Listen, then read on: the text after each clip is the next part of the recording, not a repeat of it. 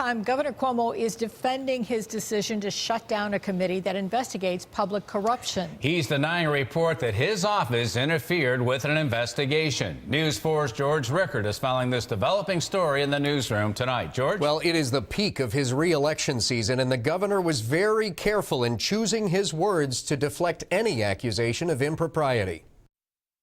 There's been a lot of inference and a lot of innuendo.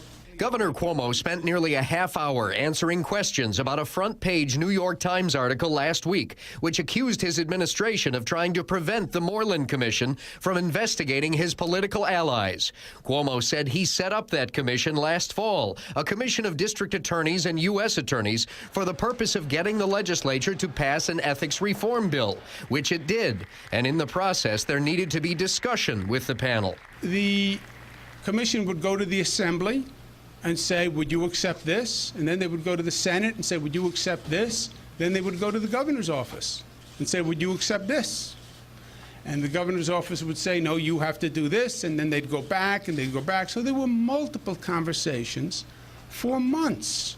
The governor says at no point did he or anyone in his second-floor office at the state capitol pressure the outcome of their decisions. The best evidence of independence is when someone from the second floor says, well, why don't you do this? The chairman says, let me think about it. And then the chairman says, I disagree, I don't want to do that. That's not a sign of interference. That is demonstrable proof of independence. Now, Erie County DA Frank Sedita was on that Moreland Commission, and the Onondaga County DA was the co-chairman. Coming up at 6, you'll hear what they say about all this. George Rickard, News 4 at 5. And Governor Cuomo's Republican challenger is also in town tonight. Rob Astorino is expected to use this new controversy as leverage for his campaign. News 4's Emily Guggenmuss is live in downtown Buffalo with more on this. Emily? Well, Rob Astorino says the stain on the state needs to be scrubbed clean. He claims that Governor Andrew Cuomo's administration is built on lies and fraud, calling Governor Cuomo's Moreland Commission far worse than Eliot Spitzer and Bridgegate.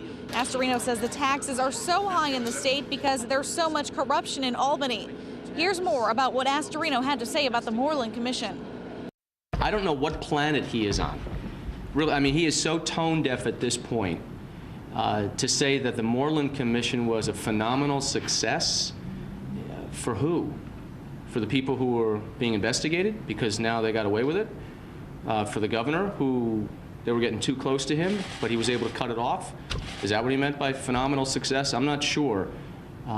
We got very watered down ethics laws, and yet the problem persists.